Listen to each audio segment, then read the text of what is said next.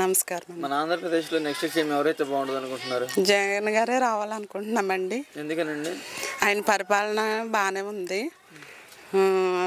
పిల్లలకు కానివ్వండి, పెద్దవాళ్ళకి కానివ్వండి, ఎవరికైనా కూడా పరిపాలన చాలా బాగుంది. నెక్స్ట్ కూడా ఆయన వచ్చేలాగా వస్తారని అనుకుంటున్నాము.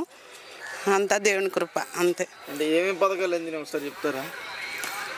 ఏమేమి పథకాలు అంటే పిల్లలకి అమ్మఒడి వచ్చింది.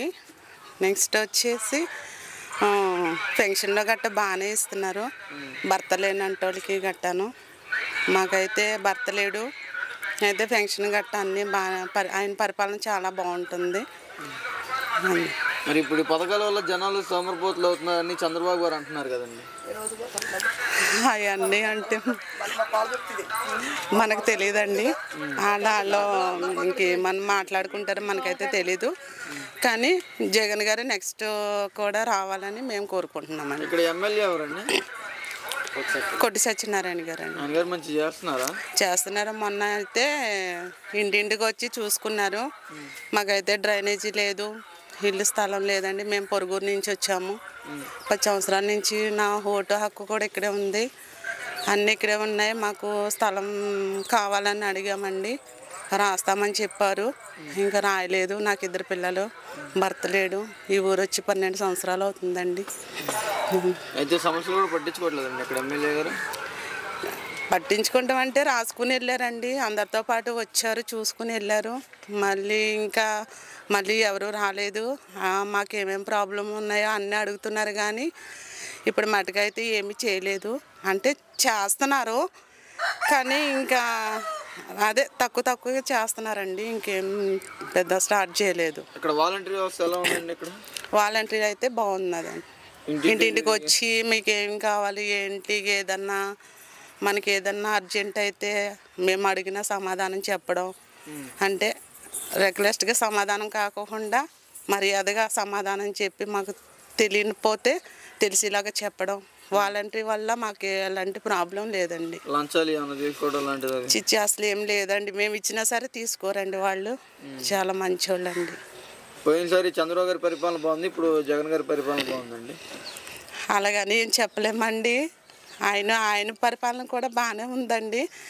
ఇప్పుడు ఈయన అంటే ఇంకా బాగుందండి. ఈసారి కూడా జగన్ గారు రావాలని కోరుకుంటున్నాను. నువ్వు అడుక్కోవద్దు, నేను ఎడతాను. నీ భోజనం కావాలా, ఏం కావాలి నీకు, నేను ఎడతాను. నువ్వు అడుక్కోవద్దు. దాని అడిపోయేవాడిని నువ్వు అడుక్కోవద్దు, నేను ఎడతాను భోజనం. ఎన్ని ఉన్నాయి ఇందులో, బోర్డులు ఉన్నాయి. అనేక రకాల పెడతాడు ఆయనకి. ఇంకేంటి, ఆయన నాకేం కావాలంతా. ఇవాళ మేము గొంతులేస్తున్నాం అంటే ఆయన గురించే, జగన్ గారి గురించి మేము ఇవాళ గొంతులేస్తున్నాం. కూడలేనివాడు కూడేస్తున్నాడు, కూరలేని కూరాడుతున్నాడు. ఇంకేం కావాలి నాకు, ఇంకా నాకేం కావాలి? చంద్రబాబు గారు సైకో జగన్ పోవాలి. నాకొద్దు. నేను బాత్రూమ్ గురించి 10 నెలలు తిరిగాను, నాకు బాత్రూమ్ ఇవ్వలేదు. ఇస్తాం, రాయండి. 400 రూపాయలు ఖర్చు పెట్టాను బాత్రూమ్ గురించి. జగన్ గారు వచ్చారు, నాకు అన్ని ఇచ్చేసారు. అంతా ఫ్రీగానే ఇచ్చారు అన్న, మొత్తం ఫ్రీగానే. ఇవాళ మేము బతకాలంటే ఆయన గురించే. నేను ఒక్కడే కాదు, కొన్ని వేల మంది, కొన్ని లక్షల మంది జగన్ గారి గురించి బతుకుతున్నాం. ఇప్పుడు చంద్రబాబు గారు పవన్ కళ్యాణ్ గారు కలిసి పోటీ చేస్తున్నారు. చేయమను ఒక్కడే ఉంటాను నేను. అన్న వస్తున్నాడు,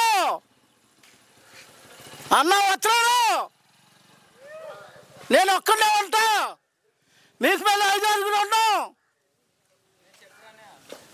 లోకేష్ గారు అంటున్నారు ఈసారి మేము గెలిస్తే ఉరికిచ్చి కొడతాం వైసీపీ వాళ్ళని అంటున్నారు కదా. కొట్టమను, చూద్దాం కొట్టమను. నేను ఒక్కడే ఉంటా, మీకు మీద 5 ఉండలేదు. నా తాత ముత్తాతల కాడి నుంచి లేము, ఒక్కడే ఉన్నా. ఇవాళ చూడు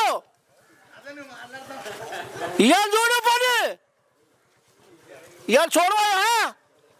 మేము ఎవరిని కాదాను. మీరు 10 మంది పందుల్లాగా వస్తారు, నేను ఒక్కడే వస్తా.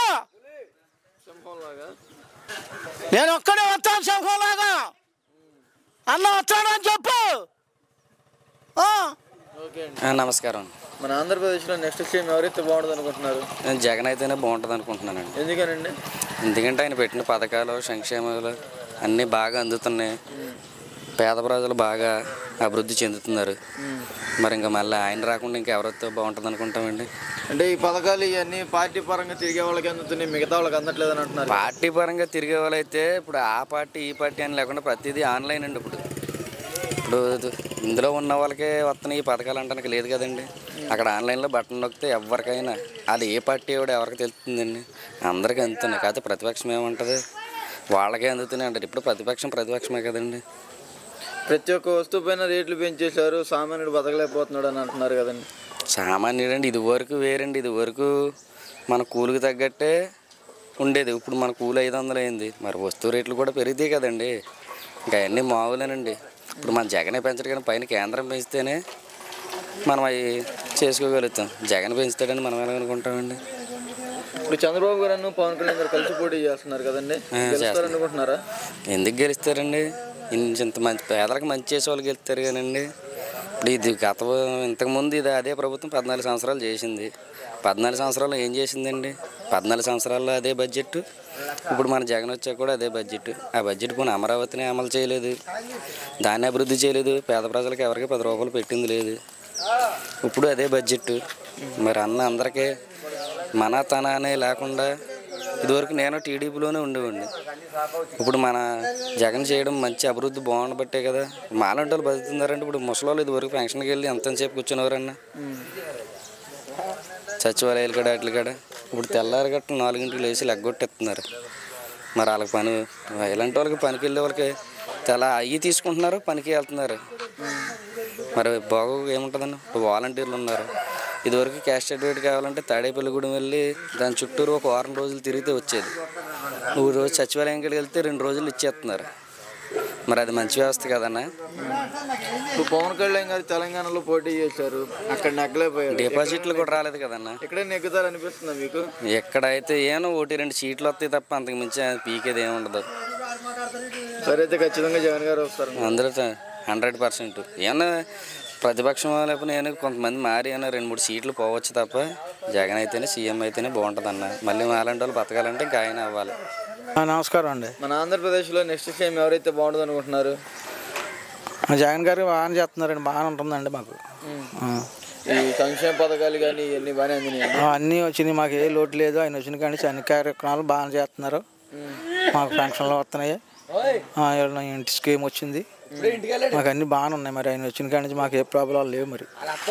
మరి పథకాల వల్ల జనాలు సోమరిపోతులు అవుతున్నారని చంద్రబాబు గారు అంటున్నారు. అంటారండి. మరి ఇప్పుడు పక్షపాత పార్టీ వాళ్ళు ఏదో అంటారు కదా, మరి దాన్ని బట్టి మనం అర్థం చేసుకోవాలి తప్ప ఏం కాదు. ఇంకా అంతవరకే. ఇక్కడ వాలంటీర్ వ్యవస్థ ఎలా ఉందండి? బాగుంది, బాగానే చేస్తున్నారు. ప్రతి నెల ఇంటింటికి తిరిగి డబ్బులు ఇస్తున్నారా? ఇస్తున్నారు. లంచాలు ఏమైనా తీసుకుంటున్నారా? అసలు అలాంటివి ఇక్కడ ఏం జరగలేదు, జరగవు ఇప్పుడు మట్టికి. ఇక్కడ ఎమ్మెల్యే ఎవరండి? పొట్టి సత్యనారాయణ గారు. ఆయన గారు మంచి చేస్తున్నారా? చేస్తున్నారు. రోడ్లు ఇవన్నీ వేయటం కానీ, డ్రైనేజీలు క్లీన్ చేయటం కానీ చేస్తున్నారు. ఏం చేయట్లేదు అని అంటున్నారు కదండి. చెప్పాను కదండి, ఇప్పుడు ఇంతకుముందు చెప్పిన మాట అదే, చేస్తలేదని మాట అంటూ ఉంటారు. అలాగా చేసినా చేయలేదంటారు, చేయకపోయినా చేయలేదా అంటారు. అది మామూలే, ఎక్కడైనా ఉన్నది అది. ఇప్పుడు చంద్రబాబు గారు పవన్ కళ్యాణ్ గారు కలిసి పోటీ చేస్తున్నారు కదా, గెలుస్తారు అనుకుంటున్నారా మీరు? గెలుస్తారంటే మొత్తం సీట్లు తగ్గినా కానీ 90% రావాలని వస్తాడని అనుకుంటున్నాం. జగన్ గారే వస్తారని అనుకుంటున్నాం.